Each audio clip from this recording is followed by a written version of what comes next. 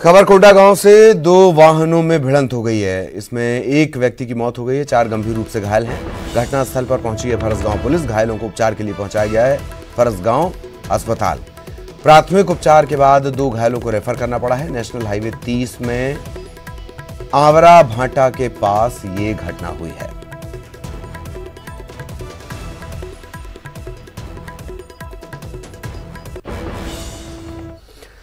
और छत्तीसगढ़ में नहीं थम रहा है कोरोना का कहर। अगर 24 घंटों की बात कर ली जाए, 438 नए मामले सामने आए हैं। रायपुर में सबसे ज्यादा 154 नए मरीज मिले हैं। कोरोना के चलते 5 लोगों की मौत भी हो चुकी है। और पिछले 24 घंटे में अच्छी बात यह है कि 269 मरीज ठीक होकर अपने घर भी गए हैं। फिलहाल एक्टिव केसेस की संख्या है 3881, यानी इनका अलग अलग जगहों पर इलाज चल रहा है।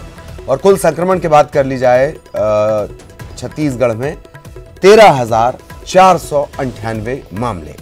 अब तक 109 लोग कोरोना से अपनी जान गंवा चुके हैं, जबकि 9,508 मरीज ऐसे हैं जिन्होंने कोरोना को मात दे दी है।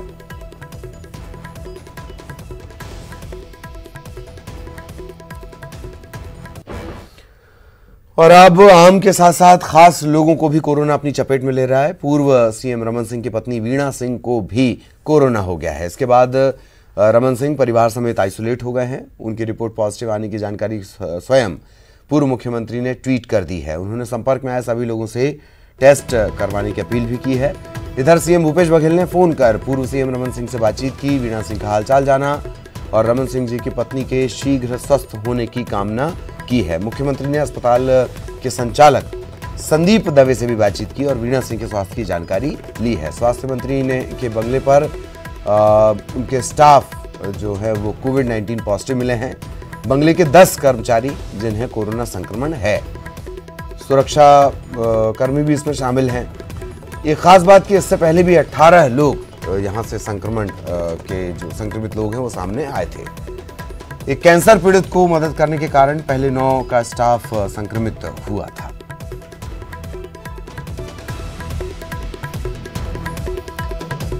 तो देवव्रत हमारे सहयोगी इस वक्त हमारे साथ जुड़े हुए हैं। सीधा आपको रायपुर हम लिए चल रहे हैं। देवव्रत आपको नजर आ रहे होंगे। देवव्रत, तेजी से बढ़ते आंकड़े और अब माननीय भी इसकी चपेट में, वो लिस्ट भी अच्छी खासी लंबी हो गई है जब कोरोना राजनेताओं को भी हो रहा है। देवव्रत जी बिल्कुल, आम आदमी तो कोरोना के संक्रमण से परेशान है ही, क्योंकि लगातार इसके आंकड़े बढ़ते जा रहे हैं और संक्रमण का दायरा बढ़ता जा रहा है, नए हॉटस्पॉट बनते जा रहे हैं और माननीय भी अब इसकी जद में है। न सिर्फ अधिकारी और कर्मचारी, जबकि जो नेता हैं वो भी कोरोना पॉजिटिव कई पाए गए हैं। ये चाहे पीसीसी अध्यक्ष के परिवार की बात करें या फिर पूर्व मंत्रियों की बात की जाए या फिर अभी मुख्यमंत्री रमन सिंह की पत्नी वीणा सिंह, जो कि अभी कल ही कोरोना पॉजिटिव पाई गई हैं। तो फिलहाल उनके स्वास्थ्य लाभ को लेकर के यहाँ पर मुख्यमंत्री भूपेश बघेल ने भी चिंता जाहिर की है और उनकी जानकारी जो है वो पूर्व मुख्यमंत्री डॉक्टर रमन सिंह से फ़ोन पर बात करके लिए। लेकिन जिस तरह से ये संक्रमण बढ़ता जा रहा है, ये अभी स्थिति चिंताजनक है। और सबसे ज़्यादा चिंता की बात इसलिए भी है क्योंकि अब जिस तरह से ये देखा जा रहा है कि लोग टेस्ट के लिए सामने नहीं आ रहे हैं। हर दिन कुछ सरकार की ये कोशिश थी कि टेस्ट का जो आंकड़ा है वो बढ़ाया जाए, दायरा बढ़ाया जाए, बस्तियों में जा कर के टेस्ट कराया जाए। लेकिन अब लोग जो हैं वो टेस्ट से पीछे हट रहे हैं और इसी वजह से अभी लोगों की जांच ज़्यादा से ज़्यादा नहीं हो पा रही है। कारण यही है कि जिस तरह की स्थिति अभी देखने को मिल रही है कि अगर कोई कोरोना पॉजिटिव पाया जाता है तो उसके साथ जो समाज का सलूक है वो बेहतर तरीके से नहीं होता। और अगर कोरोना से जंग जीतना है तो सबसे ज़्यादा ज़रूरी ये है कि मरीज को सपोर्ट किया जाए। और अभी इस तरह से कई लोगों ने आत्महत्या भी की कोरोना के डर की वजह से, तो ये भी एक कारण है कि लोग जो है डर की वजह से अपनी जांच कराने के लिए आगे नहीं बढ़ रहे हैं। और ये बड़ी चुनौती यहाँ पर स्थानीय प्रशासन के पास भी है और साथ ही साथ सरकार के पास भी है, क्योंकि जब तक जांच नहीं होगी तब तक ये पता नहीं चल पाएगा कि आखिर संक्रमण का आंकड़ा कितना है और उसके अलावा कॉन्टैक्ट जो ट्रेसिंग है वो भी नहीं हो पाएगी। तो ये दिक्कतों का सामना भी फिलहाल करना पड़ रहा है और ज़रूरत ये है कि लोग खुद ही जो है अगर कुछ सिम्टम्स लगते हैं तो जांच के लिए सामने आए। लेकिन फिलहाल जो स्थिति नज़र आ रही है उसमें ये पता चल रहा है कि लोग खुद से जांच के लिए आने अभी कम हो गए हैं। जी जी। बहुत बहुत शुक्रिया देवव्रत आपका इस तमाम जानकारी के लिए। सहयोगी देवव्रत हमारे साथ जुड़े हुए थे। और अंबिकापुर का रिंग रोड अब राजनीति का कुरुक्षेत्र बन गया है। एक तरफ बीते मंगलवार को जहां कांग्रेस नेताओं ने अपनी ही सरकार के खिलाफ यहां धरना दिया था, अब इस मामले को लेकर विपक्षी दल भाजपा ने कांग्रेस के नेताओं और मंत्रियों पर गंभीर आरोप लगाए हैं।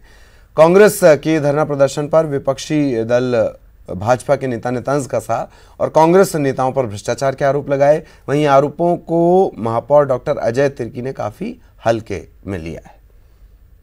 देखने का क्या बात है, ये तो नाटक है कांग्रेस का। वही महापौर, वही जो नगर निगम में जो सभापति रहे, वही नगर निगम में जो बड़े पौधों पर हैं, जो पिछले लगातार कई वर्षों से हैं, और इसके अलावा कांग्रेस की सरकार है, उनकी सरकार में रिंग रोड का निर्माण हुआ। स्वीकृति भले भारतीय जनता पार्टी रमन सिंह ने दिया। अब बीजेपी के पास कुछ बचा नहीं, उनको ये लग रहा होगा कि हम चूक गए, इसके लिए हमें बैठना चाहिए था।